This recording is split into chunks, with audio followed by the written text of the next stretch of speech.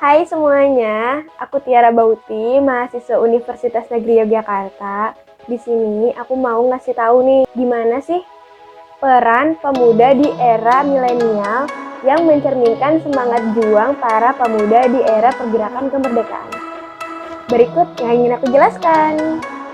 Sebelum kita masuk ke pembahasannya, di sini aku mau ngejelasin dulu kalau pemuda itu kan generasi penerus yang bertanggung jawab atas kemajuan suatu bangsa. Nah, jadi gimana kita bisa berevolusi buat bangsa atau gimana kita bisa memajukan bangsa kalau kita aja tuh nggak punya semangat. Jadi teman-teman di sini kita semua harus punya semangat dulu ya. Nah, sekarang juga kan kita tuh udah nggak perang ataupun kita udah nggak ngelawan penjajah lagi kan, kayak kolonial Jepang itu kita udah nggak ngelawan, tapi justru di sini yang kita lawan itu adalah masalah-masalah internal dari bangsa kita sendiri. Jadi gimana caranya? Di sini aku mau ngasih tahu peran-peran pemuda yang bisa kita terapin sehari-hari dan juga gimana caranya biar kita jadi pemuda yang baik buat bangsa.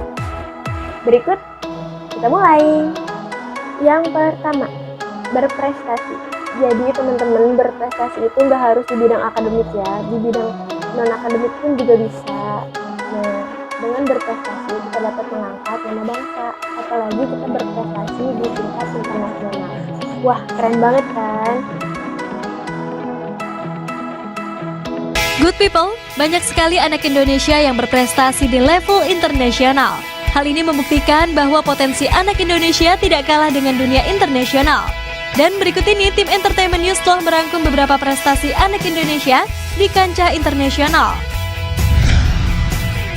Yang pertama adalah prestasi Anjani Rahma Putri dan Muhtaza Azizia Syafiq yang meraih penghargaan pada ajang International Science and Engineering Fair atau Intel ISEF 2014 yang diselenggarakan di Los Angeles, Amerika Serikat. Penghargaan ini diberikan untuk karya ilmiah mereka yang bernama Green Refrigerant Box atau alat pendingin yang tidak menggunakan listrik dan freon. Mereka terinspirasi dari daerah mereka di Kabupaten Musi Banyu Asin, Sumatera Selatan yang sering bermasalah dengan listrik. Hebatnya, mereka mengalahkan lebih dari 1.700 ilmuwan muda yang dipilih dari 435 kompetisi di lebih dari 70 negara di seluruh dunia. Selanjutnya adalah prestasi dari Muhammad Rangga Atmaja di ajang International Young Innovator Exhibition yang dilaksanakan pada tahun 2014 lalu di Taiwan. Dalam ajang ini, siswa kelas 4 sekolah dasar ini membawa inovasi berjudul Hand Replacement for People with Special Needs, meraih penghargaan Honor of Innovation WIPA yang merupakan penghargaan tertinggi di ajang ini. Selain itu, ia pun mendapatkan bronze medal dan Special Award dari Hong Kong Innovation Association, serta Special Award dari Korea University Innovation Association. Yang istimewanya adalah ajang ini memiliki standar pendidikan untuk sekolah menengah dan universitas. Kita lanjut ya. Yang kedua, menjunjung tinggi nilai toleran. Kenapa sih kita harus melakukan kayak gitu?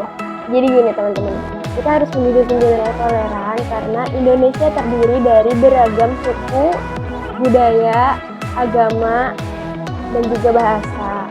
Jadi kalau kita nggak bisa toleran ya gimana kita bersatu gitu teman-teman. Jadi kalau kita udah bersatu pasti kita juga bisa memajukan bangsa ini.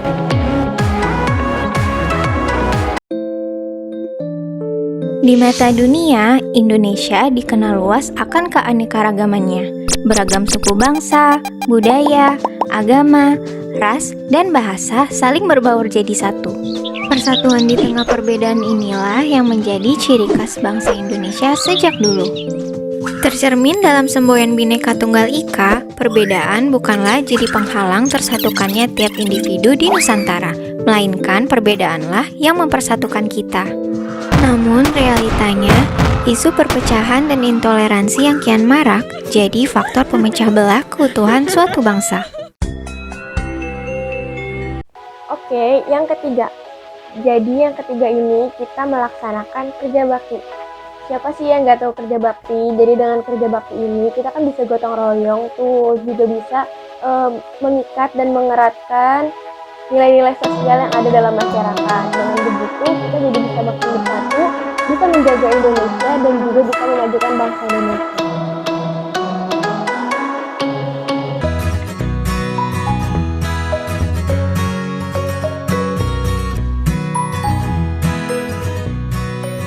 sedang apa?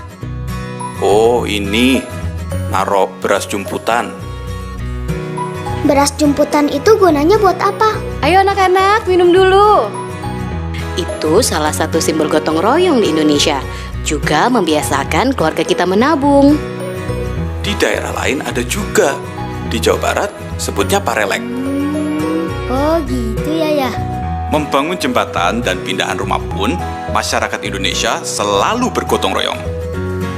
Semua daerah punya kebiasaannya masing-masing. Tapi intinya sama, gotong royong. Gotong royong adalah budaya kita. Keluarga hebat, keluarga terlibat. Selanjutnya yang keempat yaitu mengulas sejarah dan belajar budaya. Jadi kenapa kita harus mengulas sejarah? Jadi gini, Bapak Insinyur Soekarno pernah bilang, jas merah, jangan sekali-kali melupakan sejarah. Jadi itu tuh mau penting banget teman-teman. Kalau kita ngelupain sejarah, kita melupakan gimana perjuangan pahlawan dengan bangsa ini, ya kita bakal bodo amat, kita bakal cuek sama negara ini. Padahal negara ini tuh butuh banget kita pemuda-pemuda yang bisa merubah Indonesia menjadi lebih maju. Terus kita juga kenapa sih harus belajar budaya? Jadi Indonesia itu kan budayanya banyak banget teman-teman. Kalau kita nggak bisa melestarikan budaya tersebut, maka budaya tersebut akan habis, akan hilang.